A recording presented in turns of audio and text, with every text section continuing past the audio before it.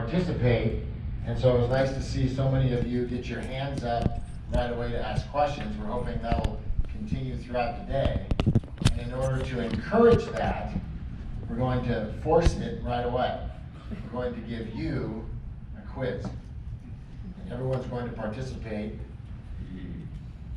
like it or not. The agenda that we'll go through will be after the quiz. I'll give you an introduction to hemp. I want to give you the answers before the quiz. I'll get an overview of what we do as a company, what we've been doing for 6 years. We'll have Caroline come up and talk about breeding. We'll get into autoflower versus photosensitive varieties. The photosensitive varieties or full-term varieties are probably what you're most familiar with, like the cherry wine. And then we'll talk about hemp cultivation guidelines. That'll be Martha. And then post-harvest processing. You're fortunate today that you're going to get to hear not only from us how important that is to set up those relationships ahead of time, but you're also going to actually hear from post-processors as well. So you get to ask them questions too. But to get started, we're going to do a quiz. So the way that this works is everyone's going to stand up, and I'm going to ask true-false questions. If you think the answer is true, hands go on your head. If you think the answer is false, or you think the statement is false, your hands go on your hips. If you get it wrong, you sit down. The last person standing wins one of these lovely Phylos ball caps. Are you ready? Everybody up. Okay. Question number 1. We'll start with a history question. Betsy Ross selected a hemp fabric to sew the first American flag. True or false? The answer is true. The first American flag was a hemp fabric flag. All right, we're doing well. Good. Cannabis' nearest relative, hemp is a cannabis plant. Cannabis' nearest relative is alfalfa. True or false? That is false. Anyone know what the closest relative is? The hop. Hops. Yeah, who's that? Well done. All right. Okay. During hemp's 90-year prohibition, as you probably know, we grew hemp everywhere until the 30s, until it was prohibited. In its 90-year prohibition, per acre corn grain in the U.S. has increased 500% in terms of yield. In the 90 years that we haven't been able to grow hemp, per acre corn yield has increased over 500%. That is true. That is true. Oh, I got a smart crowd here. Okay. I'm getting harder questions. In the early 1800s, Americans could pay taxes with hemp. In the early 1800s, Americans could pay taxes with hemp. That is true. That is true. Actually, in the mid-1700s in Virginia, it was illegal not to grow hemp. The English fancy gun says they're a hemp factory. Okay, here we go. There are currently no insurance policies available for hemp. True or false? There are currently no insurance policies available for hemp. That is false. Policies are available in the greenhouse for starts. They're available in the curing drying phase, and there are new policies available right now, event-specific policies for hail, and they're increasing all the time. Hemp is being grown on the land around Chernobyl nuclear disaster area to reduce soil toxicity through a process called phytoremediation. True or false? That's true. I like what you're thinking. That is true. Here we go. Hemp seeds are removed from hemp fibers with a machine called the hemp gin.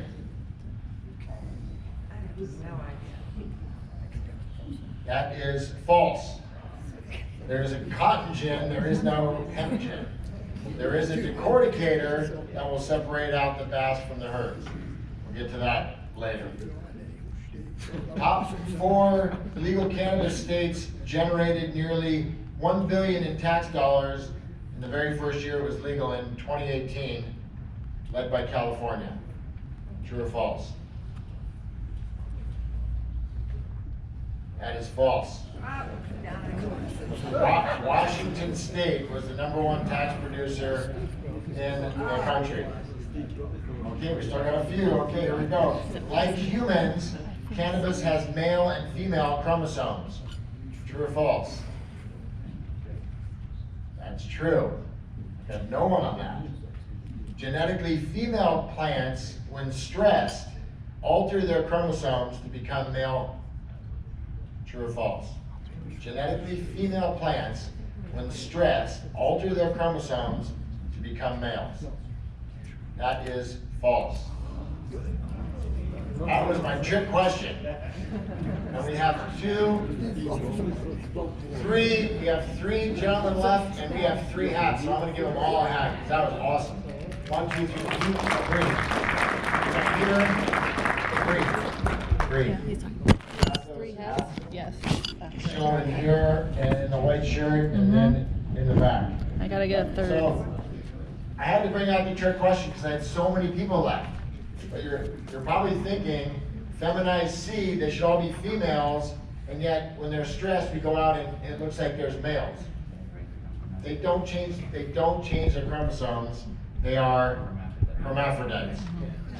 They think they're near end of life and they get worried, so they're like, I better reproduce myself.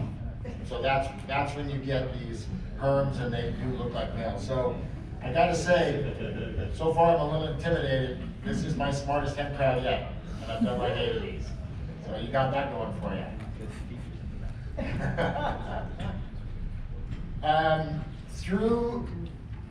Throughout the last year and a half well now 2 years of hemp being legal, you've probably, if you haven't grown it yourself, heard a lot about hemp.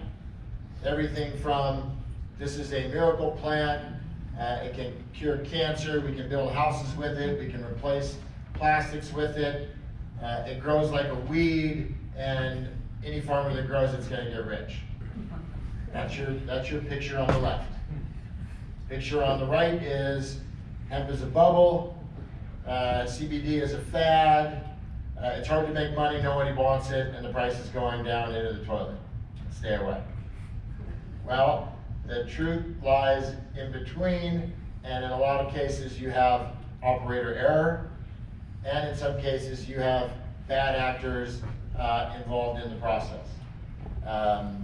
Hemp's crazy sister, marijuana, has a lot of people that have come from illegal dealings who have come into a legal framework, big ag, small ag framework, and a little bit of oil and water. In this case here that we're looking at, these were fields 5 miles apart. I went to see the field on the left where our genetics were being grown in a staggered progression, and they were doing a great job. On the way there, we saw the field on the right. Those were about 8 feet tall. It was still in August, so they still had several months before they were supposed to finish. They were already dying in the field, and we understand later that they were all hot, meaning the THC was actually above 1%, well above the 0.3%. So the whole field was illegal anyway. And that field went on for dozens and dozens of acres. So the truth is, starting out the year, we had 500,000 acres registered. So starting out 2019, there were 500,000 hemp acres registered. Only about half of those got planted. That was an increase of almost 500% from the year previously when we had around 80,000 acres in the very first year when the Farm Bill legalized it. Of that, almost all of it was grown for CBD. We don't think that will continue, but right now that is where most of the hemp goes. And of that, only about 50 to 60% was harvested. In some cases, plants went hot. In some cases, like in Montana, they got an early snow and then a 10-day freeze and killed most of the plants in the field. So, so things can go wrong. Phylos is focused on the seeds, but we understand that our seeds are only as successful as you are, as farmers, and so we're trying to help end to end, and that's when we do these workshops. We try to bring in processors as well as our dealers, and again, thanks to Tim and Taylor for having us here. AgriSeeds is our very first distribution partner, and we really appreciate that. We do think as a company that hemp is going to continue to rise, and we're not the only ones. The hemp acreages that are forecasted, you can see 2018, if you can see, I know, 2018, 2019, even at 500,000 acres registered, we're talking soy and corn are in the 80 million acres nationwide. And we think this is going to be one of the return to its spot as one of the top 3 cash crops. So there's a ways to go. That won't always just be CBD. There will be other uses. There are a lot of uses for hemp. The short fibers and the long fibers are all useful. But right now it is the CBD that's driving our re-education in the hemp space. David? Yeah. What are the analytics behind that forecast? The analytics. Yeah, I mean, where did that number specifically come from? So this is a, Brightfield Group report, and Brightfield does market analysis in high tech and in ag, and they're projecting, if we look at their entire report, they're projecting that the CBD market will continue to rise as the FDA legalizes the use of CBD in foodstuffs. The biggest companies still have not gotten in. We know, for example, that InBev, the massive beverage maker, InBev, Anheuser-Busch, and Yum Brands, Taco Bell, Pepsi, they're all looking at and testing CBD, but it hasn't entered that mainstream. So there is a second level of CBD use. And then we also expect that products like Hempcrete for the short fibers, Patagonia is starting to implement, or starting to use US grown fibers for their clothing, Columbia Sportswear is. So the short fibers and the long fibers, and then of course your grains, which are high in omega-3 and omega-6, will also be used as well, that hemp oil. So their conclusion is that all parts of the plant will eventually be used, and so that's not just a CBD projection. Thank you. One of the difficulties in an emerging market is you have changing regulations. In Pennsylvania, the regulations for hemp are that in order to be classified as industrial hemp, your crop has to be below 0.3% total THC. Total THC is a combination of Delta 9 and THCA. Yes, sir. 0.3, as in 0.3%, not 0.0. 0.3. Yes, sir. It also includes decarboxylated THC as well, doesn't it? Yeah, the decarboxylated THC is the Delta 9 THC. Okay. Yes, sir. Is that set in concrete that it's, next year it's gonna be 0.3 yet, or are the final rules made?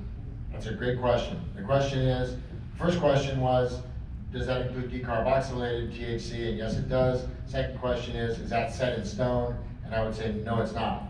The regulations in Pennsylvania were published in January of this year. The USDA came out with its guidance in October of this year, and all the states can use their own regulations for at least a year after that guidance before they change their rules to match the USDA's. Now the USDA is going through a comment period, so the regulations that it put out are still in somewhat of a state of flux.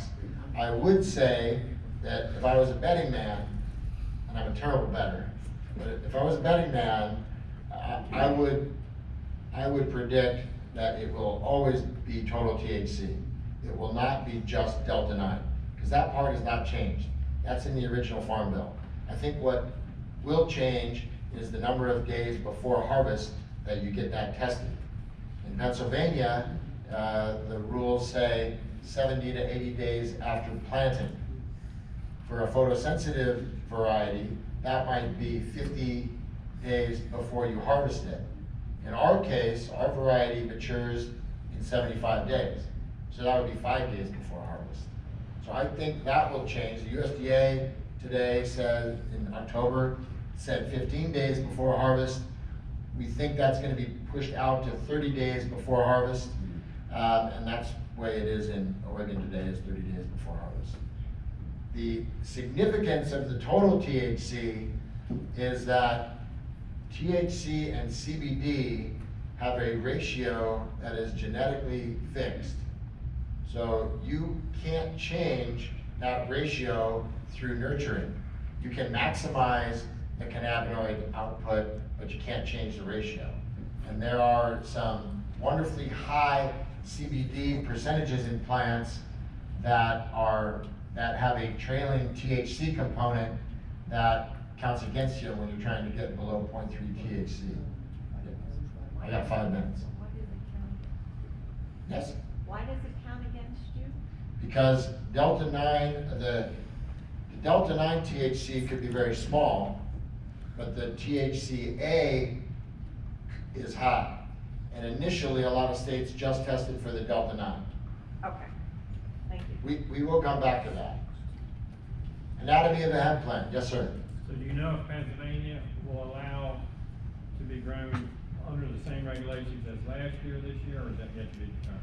Right now it is. Right now, the Pennsylvania regulations from last year will stand for this year. Which means it'll just be Delta 9, Total THC. it'll be total now. Yeah, it says total THC, and the way that they test using, the testing method that they use decarboxylates the THC anyway, so you've always had total. Okay, the hemp plant. Important on this hemp plant is if you're not familiar with it, the flower or the cola is where most of the essential oils, including CBD, are located in this area here. The leaves have some essential oils in them, and the stalk and stem have almost none. They actually come from the trichomes, which we'll see a picture of here in a moment, which are primarily in the flower. This stalk and stem, the big difference between the variety that we're talking about today and the photosensitive varieties is that if you've been out and seen hemp plants, you've seen that stalk can be the size of a baseball bat. In our case, it's about the width of my thumb. Much smaller plants. Easier to harvest with a machine, exactly. These are the trichomes. This is where your essential oils are located. This is a problem. Hemp doesn't package its most valuable components like corn does.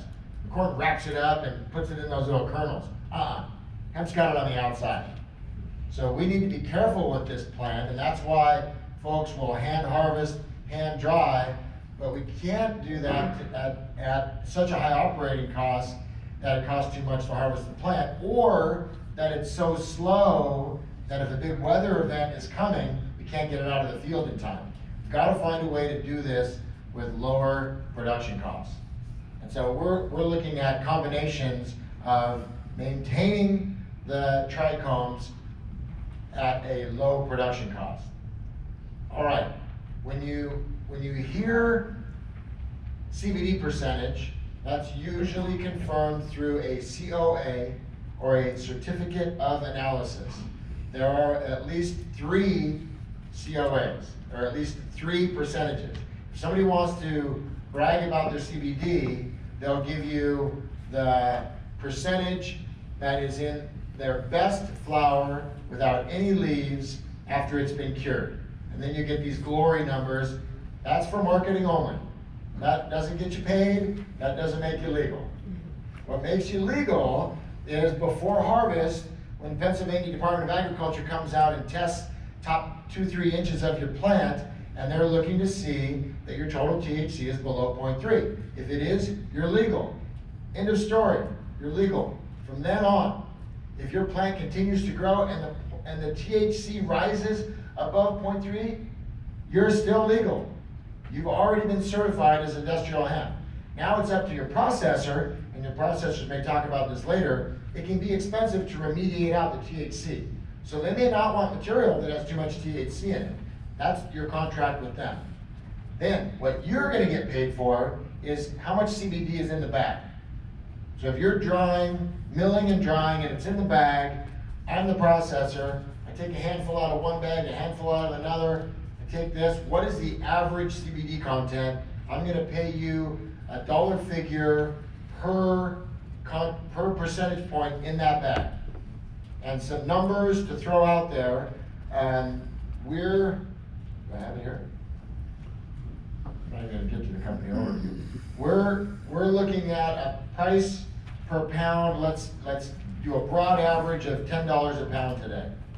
And we can get 6 ounces of plant at 10,000 plants an acre. You're at about 3,300 pounds an acre. Now I know across the country yields vary, so if we said anywhere between 1,000 and the most I've seen this year is 5,000 pounds an acre, then you're getting $10,000 to $50,000 an acre. Is that wet or dry weight? That's dry. That's dry. The price of CBD has dropped to 20% of what it started at. $10 is down from $50 when we first started growing this after the Farm Bill. So the price has plummeted. Well, that's doom and gloom, except it's still $10,000 to $50,000 an acre. That's at the $10,000 an acre. That's 10x the closest major cash crop in the country, rice at $1,000 an acre. So there's still money to be made there as long as we can lower the production costs. Am I down to my last couple of minutes? Or my past? On the hairy edge? Really quick. Okay, this is us. That's us. This is still us. This is a public database. Our background is in genetics. For 6 years, we've been studying cannabis genetics, including industrial hemp, high CBD varieties, which are different than the grain varieties that Tim sold last year, and the fiber varieties that are out there in Eastern Europe and China. Each one of these stars represents a different set of genetics. If you go to Phylos.bio and look at the galaxy, you can search for a variety like cherry wine. And you'll see that many of them have a very close connection in the relatedness model that we have. They all came from a group called Tree of Life that developed it from a cultivar called ACDC. And if you see the cherry wine from the grower that you're considering buying seeds from, and it's in that clustering, they've got cherry wine. But then you'll see some other cherry wine that's out here, and that's out here, that are not connected at all to this group of cherry wine. Why? Why is that? Well, because if you have a Ziploc bag and a Sharpie, anything can be cherry wine. That's right. CHERRY. That's the state. That is the state of hemp today, which is unfortunate, and we're trying to clear it up. That's what we started doing by putting this public database together. For 5 years, we just did this, or for 4 years. Then we started applying these to external breeding programs of farmers, and then over the last year, it's been our own internal breeding program.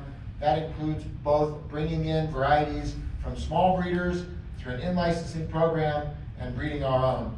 And that is a great segue into Caroline, who will be up here now to talk about breeding. Thank you, and I'll be back. Here's Caroline.